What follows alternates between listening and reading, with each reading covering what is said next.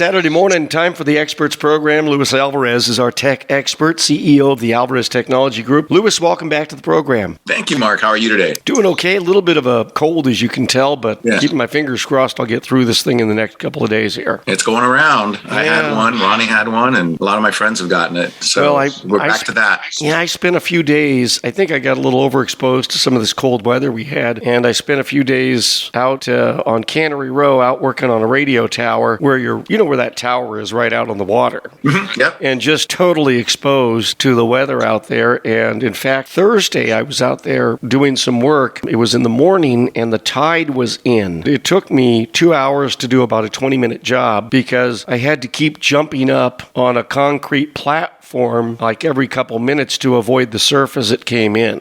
Oh, jeez. And one time I didn't make it, and I got soaked water all the way up to my ankles. And that's cold water, too. That is very cold water. So, hey, let's talk a little bit about how the Ukraine is using drones against Russia in this war. What's going on right now, and what are they doing with those drones? So one of the most interesting outcomes, I think, of the Ukraine-Russia war will be the idea of mass formations of military vehicles like tanks and armored personnel carriers may be coming to an end, simply because Russia has been able to defeat, at least to this point, these old school military vehicles using drones. And these aren't very sophisticated drones either. They're not, some of them are these Turkish TB2 drones that are propeller driven. They're very slow and generally don't have any stealth capability, but they've been using them very effectively by dropping bombs directly on the top of these vehicles. And if you know anything about military vehicles, tanks and armored personnel carriers in particular, the top is where the steel, the protection is the thinnest. They are designed to get the impact of missiles and other tanks on the side, so that's where it's thickest. So dropping a bomb at the very top of a tank is a very effective way to destroy it. Some estimates are that they've destroyed about a third, if not closer to half of the military vehicles that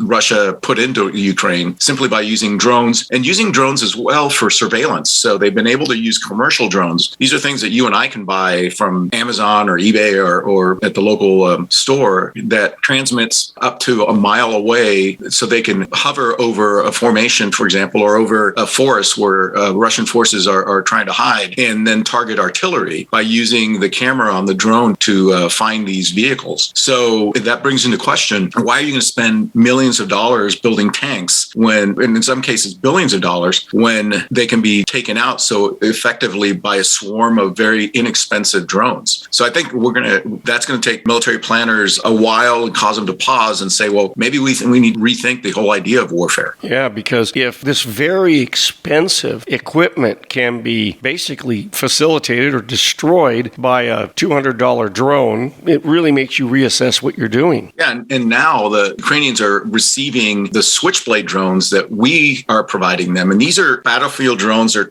really small. They're meant to be launched from a backpack, essentially, by troops. And they call them the kamikaze drones because as soon as they see a target, they will crash into it. And it has like I think it's like a 20 kilogram ordnance on it. So pretty significant bomb that will detonate as soon as it hits something. And those are very inexpensive. They cost around somewhere between $500 and $1,000 each, compared to, these aren't like the big predators that we got used to seeing over Iraq and Afghanistan. These are these tiny little things that are easy to operate. The Ukrainians are finding that they're getting a lot of support internationally from the drone community. So they're crowdsourcing a lot of this information. Drone aficionados are sending them suggestions for how to improve the drones and how to improve the lethality, if you will, the lethalness of them, to be able to combat the Russians using asymmetric warfare as opposed to going tank to tank. I'm reminded of a story, and we might see once again where soldiers on the battlefield will see these drones and wave the white flag and surrender because they know what's coming. And it reminds me, back in the first Gulf War, we had some ROVs, basically drones, that were assigned to the Iowa-class battleships. And they had like about a 12-foot wingspan, and they ran like on a lawnmower engine. And they were used to plot distance and the depth for the big 16-inch guns to fire on target. targets. So the only warships in the U.S. Navy that used these drones were the battleships. So when you saw that drone overhead, you knew, I'm going to be on the receiving end of a 16-inch shell from an Iowa-class battleship. And there was an instance where there was some island that the Iraqis had taken from Kuwait and they were holding. And I don't know if it was the Wisconsin and the Missouri was near there, and they were going to shell that position. And when that drone was spotted overhead by the Iraqi soldiers, they knew that it belonged to one of the battleships, and they raised the white flag rather than,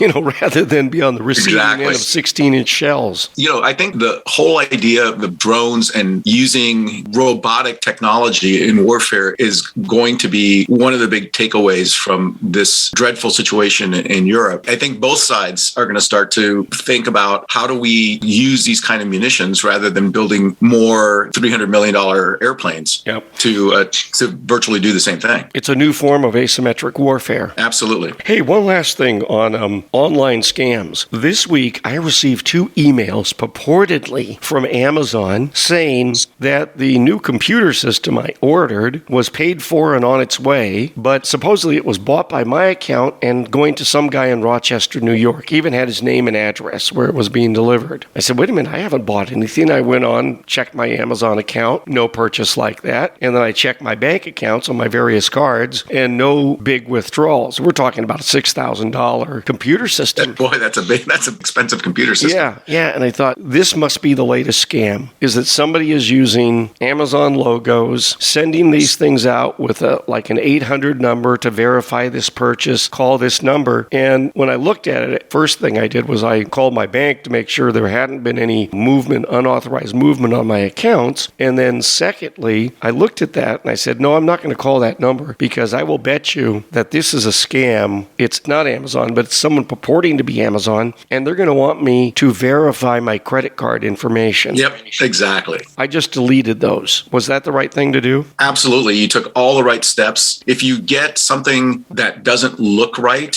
don't ever call the number that comes in the email. So if it's a credit card, like sometimes I have a Chase card, for example, but I'll get an email supposedly from Bank of America saying, your credit card has been overdrawn, and unless you call us right away, we'll have to we'll have to take you to court. Call this 800 number. Well, one, I don't have a Bank of America card, so it's pretty easy to spot that as something that didn't impact me. But if it had been a Chase, I would have looked at the back of my card and called that number to confirm it. Never, especially today, in today's world, with all the phishing that's going on, be very, very cognizant that there's a lot of really sketchy emails out there, and you shouldn't respond or click on any links or call any numbers. You did the right thing. You call your bank, check on Amazon to make sure that there wasn't a purchase in your name, and then just delete that email and move on. Well, and the other thing I thought was on my Amazon account, I have one card listed, and that particular card is a debit card, and I don't keep any more than a couple $100 on that. So there's no way they could have made a $6,000 purchase with a card that has $200 on it. Yeah. It would have been kicked back, immediately. And I specifically, you and I have talked about this before.